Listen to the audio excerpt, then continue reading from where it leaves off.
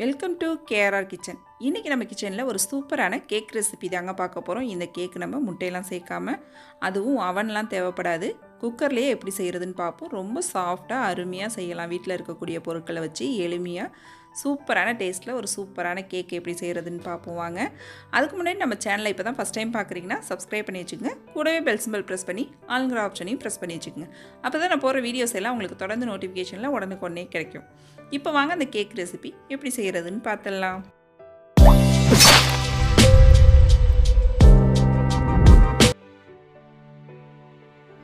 இப்போ கேக்கு செய்யறதுக்கு ஒரு மிக்சி ஜார் எடுத்துக்கங்க. அதில் ஒரு 2 கிராம்பு, ஒரு சின்ன துண்டு பட்டை, ஒரு அரை கப் அளவுக்கு சீனி சேர்த்துக்குங்க. இப்போ இது நல்லா நைஸாக பவுடராக அரைச்சி எடுத்துகிட்டு வந்துடுவோம். நல்லா நைஸான பவுடராக அரைச்சி எடுத்துங்க. இப்போ பவுடர் ரெடி ஆகிடுச்சு. அதை ஒரு பவுலுக்கு மாற்றிக்கும். நம்ம இதில் சேர்த்ததுக்கப்புறம் அரை கப் அளவுக்கு தயிர் எடுத்துக்குங்க. அதையும் இதில் சேர்த்துக்கிட்டு ஒரு 1/4 கப் அளவுக்கு எண்ணெய் சேர்த்துக்குங்க. இது வந்து வாசனை இல்லாத எண்ணெயாக சன்ஃப்ளவர் ஆயில் அது போல் சேர்த்துக்குங்க. இப்போ எல்லாத்தையும் நல்லா ஒத்தாப்பில் ஒன்று கலந்து விட்டுக்குவோம். கட்டிகள்லாம் இல்லாமல் நல்லா கலந்து விட்டு எடுத்ததுக்கப்புறம் இப்போ ஒரு சல்லடையில் 1 கப் அளவுக்கு மைதா மாவு எடுத்துருக்கேன். அரை டீஸ்பூன் அளவுக்கு பேக்கிங் சோடா, அரை டீஸ்பூன் பேக்கிங் பவுட்ரு சேர்த்துக்குவோம். இப்போ இது எல்லாத்தையும் நல்லா சளிச்சிட்டு சேர்த்துக்குவோம். நம்ம இப்போ மாவு நல்லா சளிச்சு எடுத்ததுக்கப்புறம் இது கூடவே ஒரு டீஸ்பூன் அளவுக்கு வெண்ணிலா எசன்ஸ் சேர்த்துக்குங்க. இப்போ இது நல்லா எல்லாத்தையும் ஒத்தாப்பில் ஒன்று கலந்து விட்டுக்குவோம். நல்லா கட்டிகள்லாம் இல்லாமல் நல்லா இது போல் ஒரு விஸ்கு வச்சு கலந்துக்குங்க. நல்லா கலந்து வரும். இப்போ மாவு கொஞ்சம் நமக்கு திக்காக இருக்கும். இதை வந்து நம்ம கொஞ்சம் கொஞ்சமாக பால் சேர்த்து ஒரு பக்குவமான பதத்துக்கு கரைச்சி எடுத்துக்குவோம். ரொம்பவும் தண்ணியாக இருக்கக்கூடாது, ரொம்பவும் திக்காக இருக்கக்கூடாது. இது போல் கரைச்சி எடுத்துக்குவோம் இந்த அளவுக்கு. இப்போ இந்த பதத்துக்கு இருந்தால் கரெக்டாக இருக்கும் நமக்கு கேக்கு வெந்து வரத்துக்கு. இப்போ இதில் துருவின ஒரு கேரட் சேர்த்துக்கிறேன். நல்லா நைஸாக உள்ளதில் துருவிட்டு சேர்த்துக்குங்க. அப்புறம் பேரிச்சம்பழம் சின்ன சின்னதாக கட் பண்ணி வச்சுருக்கோம். ஒரு 10 பேரிச்சம்பழம் அதையும் இது கூடவே சேர்த்து நல்லா ஒத்தாப்பில் ஒன்று கலந்து விட்டுருங்க. இப்போ மாவு கொஞ்சம் திக்காக இருக்கிற மாதிரி இருக்குது கேரட் சேர்த்ததுக்கப்புறம். அதனால் இன்னும் கொஞ்சம் பால் சேர்த்து நல்லா கலந்து எடுத்துக்கிறேன். இப்போ நல்லா இந்த அளவுக்கு கலந்து எடுத்துக்கங்க. இப்போ நமக்கு மாவு ரெடி ஆகிடுச்சு. இப்போ கேக்கு குக்கரில் செய்யறதுக்கு குக்கர் எடுத்துக்கங்க. அதில் ஒரு அரை டீஸ்பூன் அளவுக்கு நெய் ஊற்றிக்குங்க. நல்லா எல்லா பக்கமும் இந்த நெய்யை ஸ்ப்ரெட் பண்ணி விட்டுக்குவோம். இப்போ நல்லா எல்லா பக்கமும் தடவி விட்டதுக்கப்புறம் இதில் கொஞ்சமாக மைதா மாவு சேர்த்து நல்லா இந்த மாவு எல்லா பக்கமும் வர மாதிரி இது போல் தட்டி விட்டு எடுத்துக்குவோம். நல்லா இது போல் தட்டிக்கிட்டே வந்தீங்கன்னா எல்லா பக்கமும் வந்துடும்.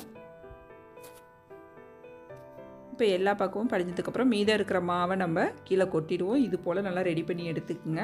உங்கள்கிட்ட பட்டர் சீட் இருக்குன்னா அது கூட நீங்கள் கட் பண்ணிவிட்டு இதில் போட்டுக்கலாம். இல்லாதவங்க இதே போல் செஞ்சுக்கலாம்.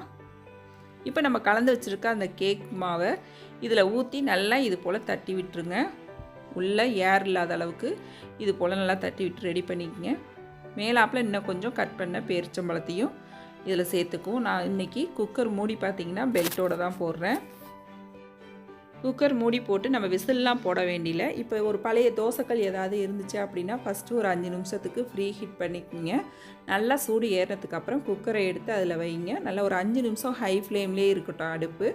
5 நிமிஷத்துக்கு அப்புறம் அடுப்பு தீயை குறைச்சி வச்சு நல்லா ஒரு 40 நிமிஷத்துக்கு வேக வச்சு எடுத்துக்குங்க. இப்போ ஒரு 5 நிமிஷம் ஆயிடுச்சு. அடுப்பு தீயை குறைச்சி வச்சு நல்லா ஒரு 40 நிமிஷத்துக்கு இது நல்லா வேகட்டும். இந்த ஆவிலேயே நல்லா வெந்து வரும். வெந்து வந்ததுக்கப்புறம் நல்லா ஒரு வாடை வரும். அதுக்கப்புறம் நம்ம ஓப்பன் பண்ணி பார்க்கலாம்.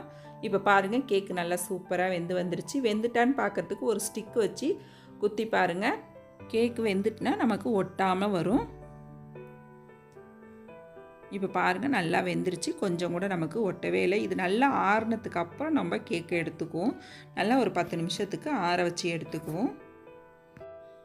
இப்போ நல்லா ஆறிடுச்சு. இதே போல் ஒரு பிளேட்டை நம்ம கவுத்து விட்டு இது போல் திருப்பி எடுத்தோம் அப்படின்னாக்கா நல்லா அருமையாக ரெடியாகி வந்துடும்.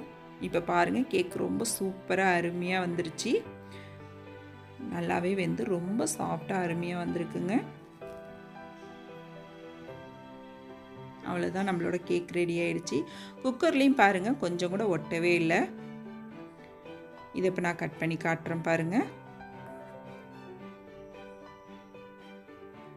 எந்த அளவுக்கு சாஃப்டாக இருக்குது பாருங்கள். ரொம்ப சாஃப்டாக சூப்பராக இருக்கும் டேஸ்ட்டும் சாப்பிட்றதுக்கு நமக்கு.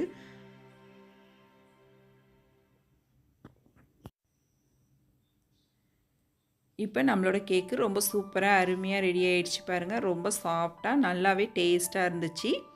ரொம்ப அருமையாக இருந்துச்சுங்க. நீங்களும் இந்த கேக் ரெசிப்பியை நான் சொன்ன அளவுகளோட ட்ரை பண்ணி பாருங்கள். கண்டிப்பாக ரொம்ப சூப்பராக அருமையாக வரும். ட்ரை பண்ணி பார்த்துட்டு எப்படி இருக்குன்னு எனக்கு கமெண்ட் பண்ணுங்கள். என்னோட இந்த ரெசிபி பிடிச்சதுன்னா லைக் பண்ணுங்கள், ஷேர் பண்ணுங்கள். மறக்காமல் நம்ம கேஆர்ஆர் கிச்சனை சப்ஸ்கிரைப் பண்ணி வச்சுக்கோங்க. நாளைக்கு வேறொரு ரெசிபியோடு சந்திப்போம். தேங்க்ஸ் ஃபார் வாட்சிங்.